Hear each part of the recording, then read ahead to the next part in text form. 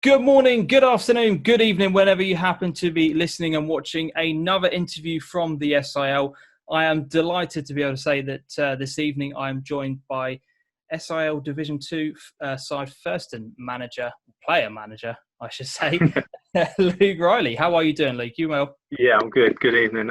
Yeah, I'm good. Thank you. Lockdown's been a funny one, isn't it? But Strange times. yeah, very strange times. I couldn't tell you the amount of times that I've sent an email at work or just about anything, and I find myself still like months and months in writing, how are you on these unprecedented times? And it's like, well, actually, this is normal now, isn't it? So I should probably stop writing.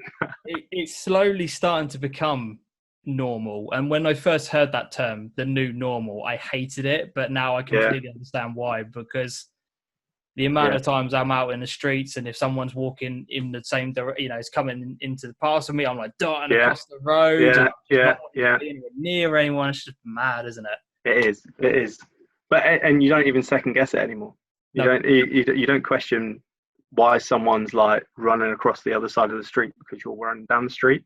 Like normally you'd be like, "What's up with me? I've got something on my face." Or now it's like, yeah, fair one.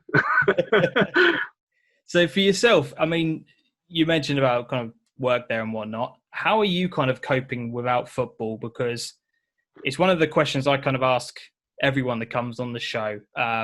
And I've openly said that I missed it. I then kind of accepted it wasn't here.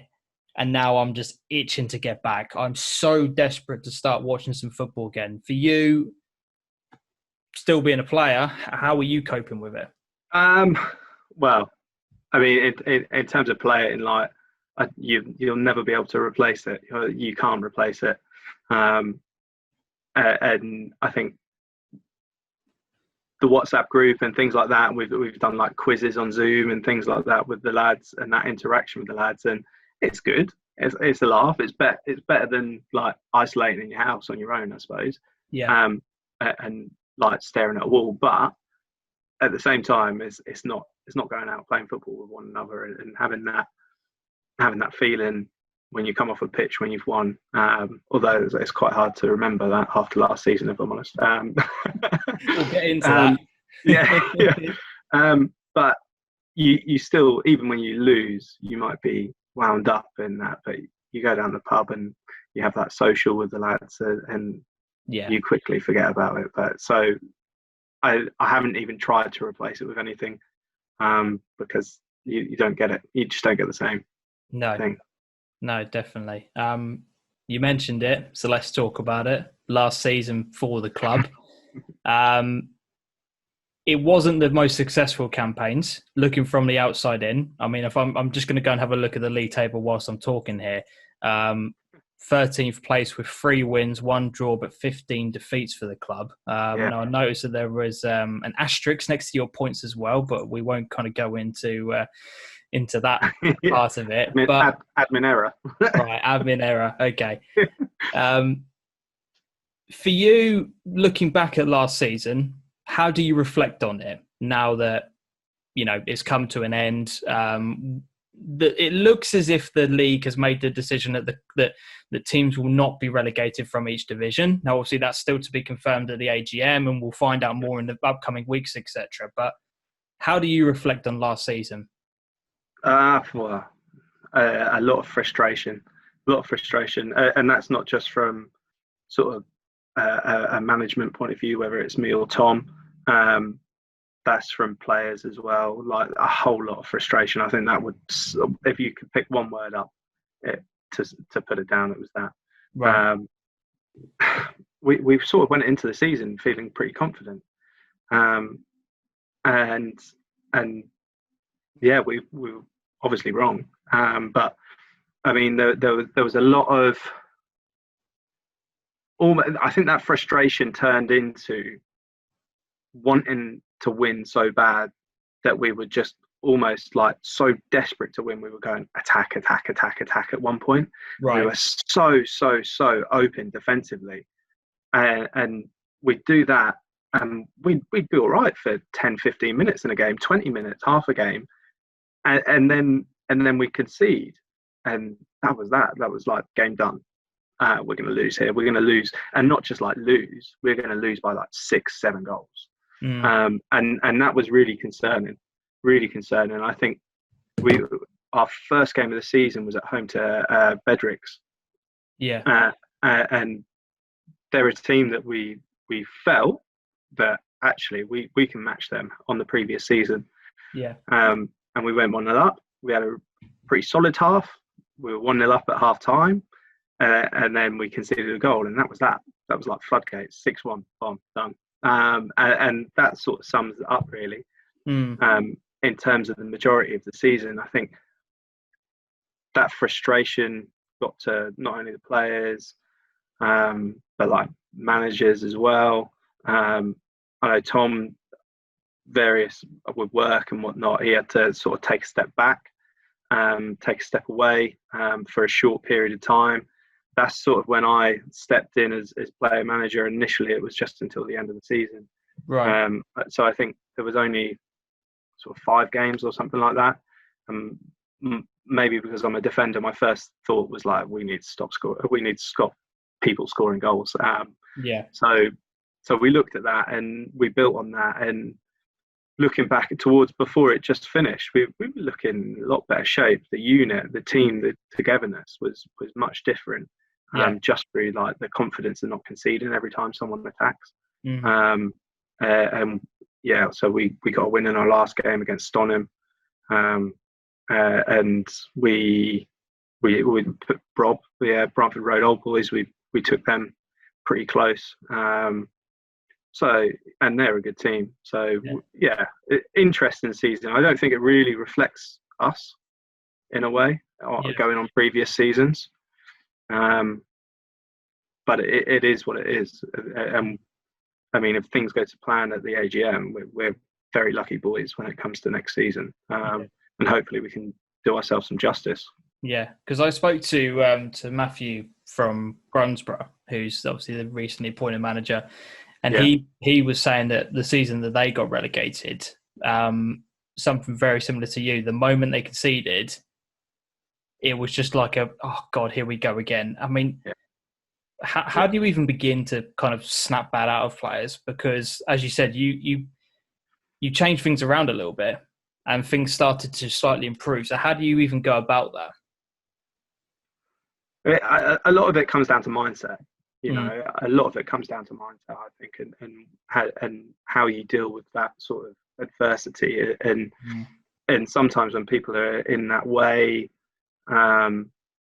we've got some great players that could play higher, but at the end of the day, they don't do themselves justice when it goes bad, and they know that, and I've told them that, and they'll know who they are, and I tell you what, they're a lot better than like before Christmas where they are now, which is great. I think you've almost just got to give them something to believe, and yeah, my first thing was, right, we're not even looking at relegation or whether we're staying up, we're just going, right, each game we improve on what we did last time. I set them some really simple targets of, right, last time round we got beat by these 7-1. We're not going to, when we play them today, we're going to score more than 1 and we're going to concede less than 7.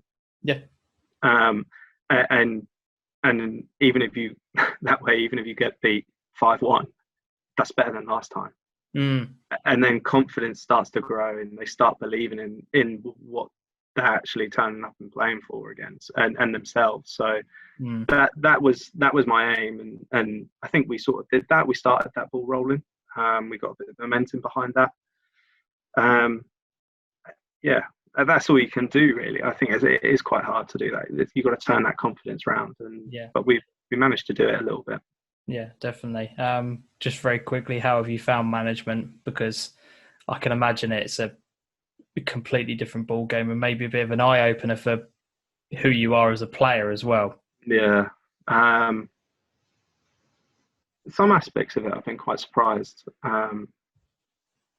in myself in a way, because like if you talk to any of the lads, like I've been captain and probably seen as a leader a little bit more, and they always think that it's just like Luke's gone off again.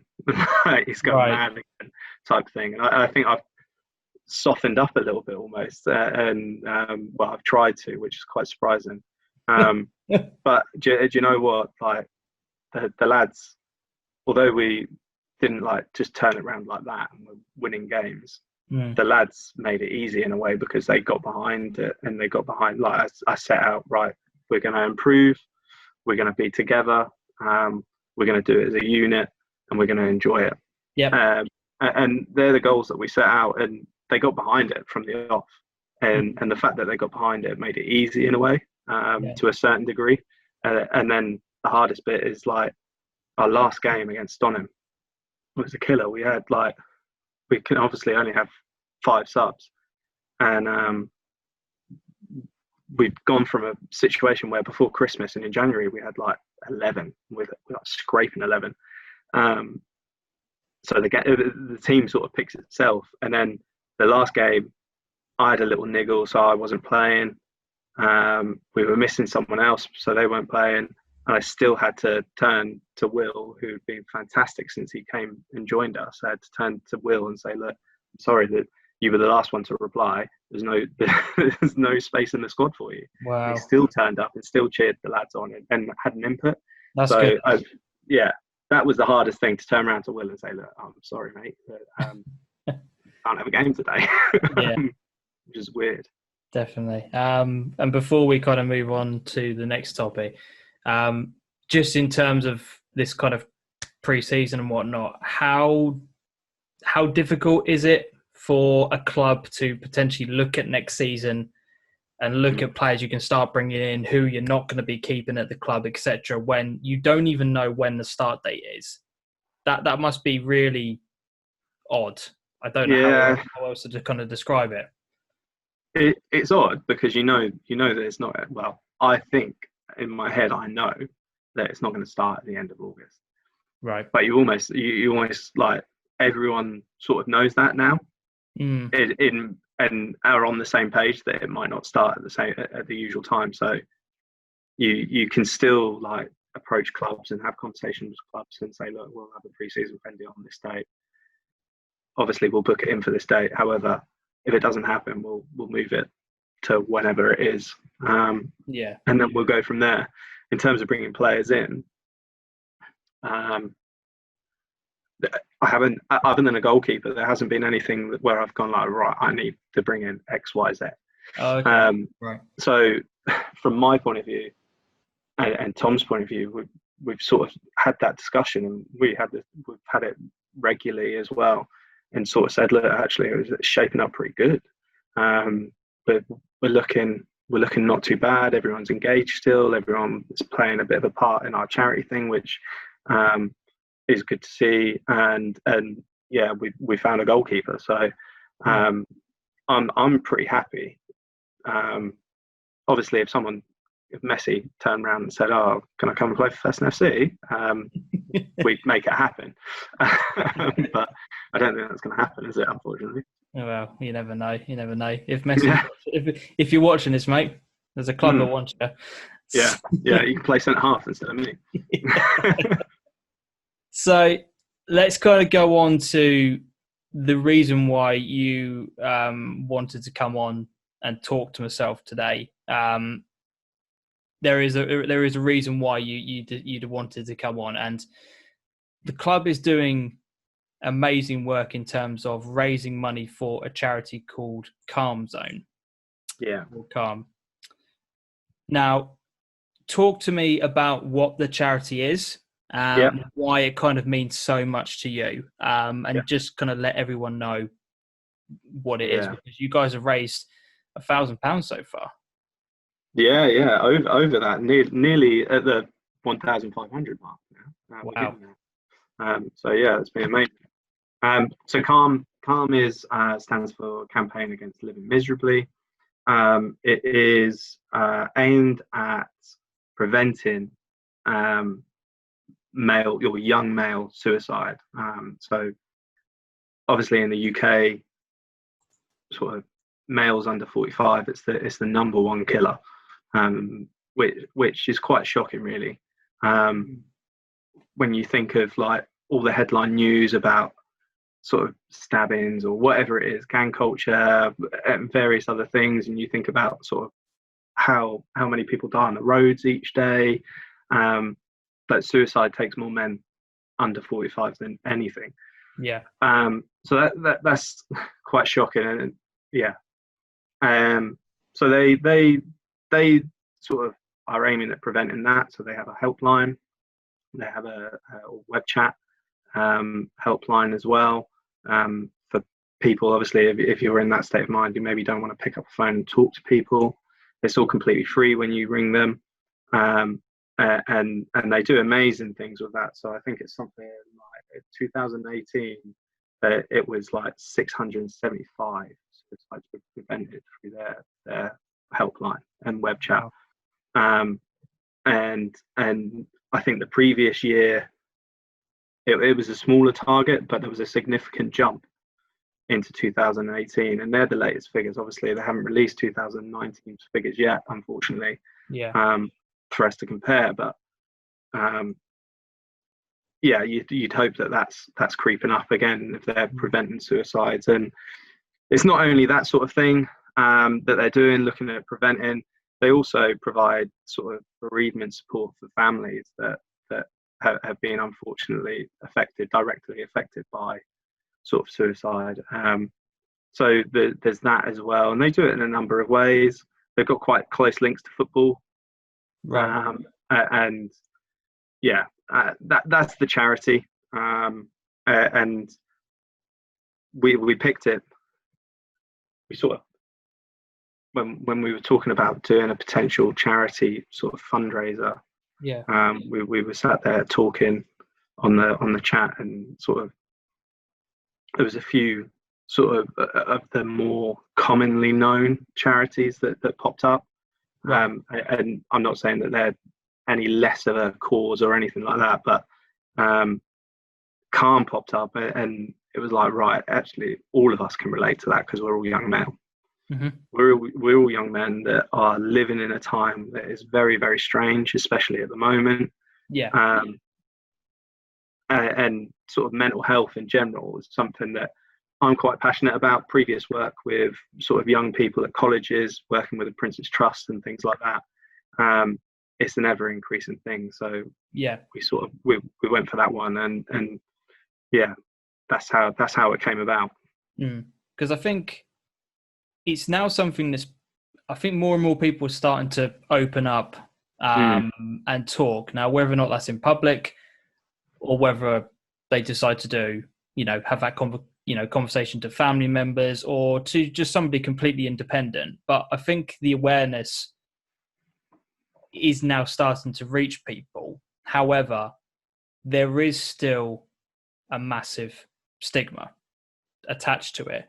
And I can't believe I'm going to reference this in my videos, but my wife watches Hollyoaks, and they had a recent story where somebody is suffering from depression, and he talked to one of his mates about it, and the classic lines came up of, "Man up, you need to sort yourself out. You've got nothing to be upset about. You've got a perfect wife, you've got kids, you've got a good job." All this kind of stuff like that came up, and I don't know why. It just I found myself watching the show, and I was like, I never watched this show. Yeah. But I suddenly found myself kind of glued to the TV, thinking, yeah, those stigmas are still here, and I think it's just about giving somebody that option and trying to make people aware that there are options of who you can talk to, because I had some, I had a few issues a couple of years ago, probably about 3 or 4 years ago now, where I just sank like so unbelievably low, and I didn't want to talk to anyone about it, and I went to somebody completely independent, and that helped me out massively. But everyone has different ways of coping with it. Yeah. You know what I mean? So yeah, I think it's good what you guys are doing in terms of trying to raise raise money for this particular charity. But is it important to you in terms of a football aspect to be able to kind of, because that is predominantly where the majority of blokes are going to talk to each other, is in a football scene, isn't it? Really? Yeah. It's interesting. I sort of at the start of all this, we picked out and we said, right, we can get behind it and whatnot. But me personally, I couldn't tell you. I tell you, Sporting 87 are a very well-run club, and they've obviously got their links to the church and whatnot, so they have a chaplain, and sort of a fantastic thing that they do. And I'm sure there's a lot of jokes that go around about Sporting 87 being a Christian football team and them sort of praying before games and whatnot. But one thing they do fantastically in my time there was that they went round the room and at the start of it, so everyone gets there in the changing room, they maybe get changed, and before the team talk start, they sat there and they asked everyone how their week was, and they went around the room, and people were open about it, and I thought it was fantastic, because I've never ever seen, and I haven't seen it since, a situation in a dressing room where we're actually going, right, we're all sat here, we're about to play a game that we love, but how are we all? Yeah. Everyone will always ask, how are you? But I'm not sure anyone really ever gives a completely honest answer. It's almost just a greeting, like, hello. Yeah. I'm guilty of it in the past, where I'll ask someone how they are. I couldn't even tell you, like 20 minutes after, I couldn't even tell you what they said to me, because it's just almost a generic sort of, I ask them a question, they reply. Yeah. And so from a football point of view, we've got the group who would be within that sort of under 45 young males that are all potentially going through something at that point where they're potentially in a really bad state of mind. Yeah. And that could develop to suicidal thoughts. And why don't we sit there and go, right, how are we? Let's take an interest in one another. Let's really do it. Now, that's not saying that I don't think when you turn up to football that you aren't really good friends. I think that is normally what happens. We're really, really good friends. We're really close. However, it's that male stereotype of not talking. And we need to get through that. And if we can start doing it at football and start making a change at football, maybe that can then correlate into changes in sort of everyday life as well. Yeah, definitely. And then by the sounds of things, in terms of what the charity does and gives you those options, there is a way of people being able to reach out and talk, because as I said, what works for one person is not necessarily going to work for the other. So, the fact that they've got multiple options available is really helpful. But it's interesting. I don't know how you. I mean, as I said, I think we've made massive strides over the last couple of years. Really do. It's nowhere near enough because the numbers are still increasing every single year. But I don't know. I think the unfortunate thing is we're now starting to talk about it in society. However, I think society is also giving people more problems than they've ever had, whether it is sort of mortgage payments, whether it is looking for a house to rent because you can't afford the mortgage payments and you can't save a deposit and things like that. So you're constantly going from house to house each year, or whether it is work. I mean, work is work. It's always going to be stressful, but the demands seem like they're getting more and more. Social media has a massive, massive thing. And I think the stereotype is that sort of females are more affected by looking at social media and seeing a girl and going, gosh, she looks really good, I don't look like that, or this person's got this lifestyle and I don't have that. And they're just snapshots. They might not be reality, but you see it. And the stereotype is with females. However, blokes do it as well. I know I do it. I sit there and look at it and go, shouldn't have sworn, should I? Right. Like I wish I looked like that. I wish I had that lifestyle. Mm-hmm. And that constant comparing, is not good for someone's health. It's Yeah. not good. Yeah. No, I've been very similar with that. I've had issues with my weight and not being happy with how I kind of look ever since probably about year 7, year 8 Yeah, of school. And it's just, you are right, social media plays a massive part of it. And I follow a couple of fitness things on Instagram, and I don't know why I do it. I don't know why I follow them, because it doesn't make me feel better at all. yeah, It doesn't inspire me. yeah, Do you know what I mean? It just makes me feel absolutely 10 times worse about everything. yeah, yeah. Um, I know but exactly what you mean. but yeah, it's just, I don't know. I think, as I said, I think having an option of who you can talk to, Yeah, is important. and that's what we're trying to do really. With like from next season, we will be going around the room just as I used to at sport and just asking how everyone is. Yeah. Now there might be a bloke in there that actually I don't want to talk to any of you about it, because actually you are part of the problem. Who knows? Right. Um, Yeah.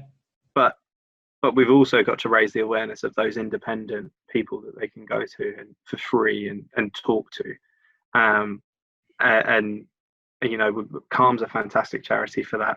There'll be others out there, the Samaritans and that, but we need to raise awareness for Calm, because they are doing a fantastic job, and if people can access their helpline, etc., I mean, that's perfect. That's what we want. If that works for them, that works. It doesn't matter, like you say, it doesn't matter how you do it, as long as it works. Yeah.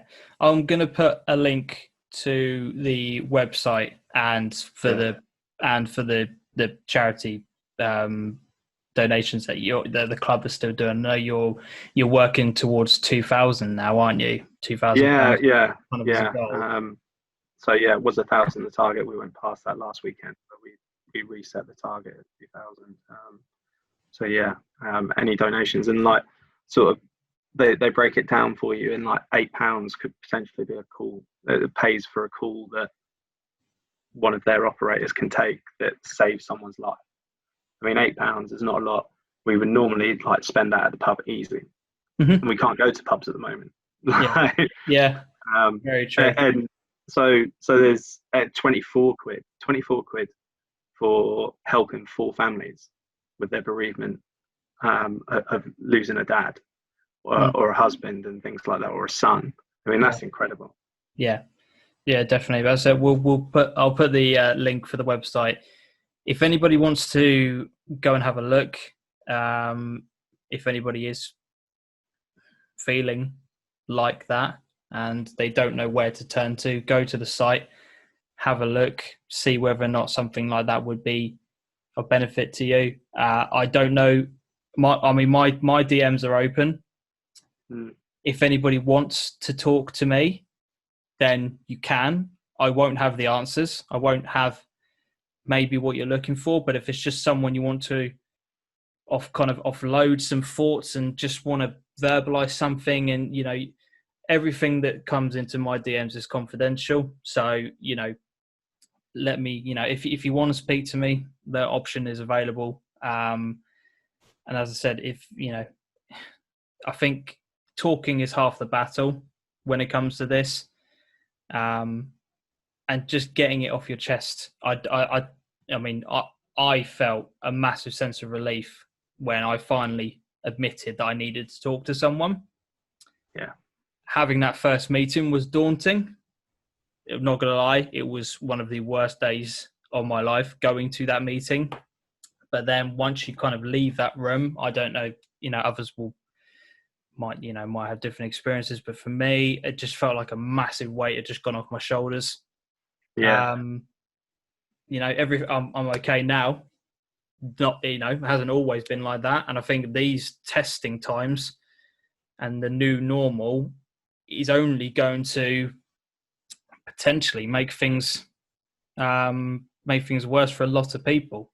And I think now is the time that if you want to talk to somebody, the options are there. Do you know what I mean? It's about. I think it is really important as well that, that support network, like you're saying, talking to people, finding out who your support network is, who you feel comfortable in talking to. That's really important, and also starting to recognize the signs as you as an individual that actually something's not quite right here, because it can quickly spiral, can't it? Yep. And you look back potentially. I know when I've been feeling really rubbish and low, that I look back and I go, right, actually, I could have the warning signs were there. For me personally, and lads will probably laugh at this, the weight gain. If I'm gaining weight, hang on a second, that's a problem. Drinking, other people, it'll be drug use and things like that, and how you feel as a person when you go out drinking. Like, everyone goes out drinking, and 9 times out of 10, touch wood, we're all happy and we have a really good time. But yeah, why is it that one time that you've got angry and, as a stereotypical lad, sort of ended up getting in a scrap or something like that, or told your mate where to go, or told your missus where to go, whatever it is? Well, why is that happening? That's not the drink. The drink doesn't do that to you. That's something in your mind that is coming out because of the drink. And I think that's important to recognize as well. Definitely. Well, I hope you guys continue to get to that 2,000 target. As I said, links for it will be in the description, or go over to the Thurston Twitter page, and I think it's actually pinned as I think it's actually pinned at the moment as your Twitter. So if you want to donate to that, then you can do so. The website will be available in the description as well. Click on it if you want to have a little bit of a look, and just see what options are out there. But Luke, I really appreciate you coming on and talking about it and raising the awareness. Is important that we not only get the football conversation talked about, but we also talk about serious topics as well. So really, thank you for coming on and raising the awareness. No, thank you for having us on. No worries at all. It's really good to, like, as you say, start the ball rolling with talking about things. That's the important thing. And then if we can make some more money for this charity, then fantastic. I know it's certainly, like, when we see the donations come in, the lads, they're running because they're aiming for 100k. You see some phenomenal shifts in sort of the work being put in by people. So thank you very much for everyone that's donated, and hopefully we can start talking about it. Definitely, exactly it. But until next time, as always, guys, adios.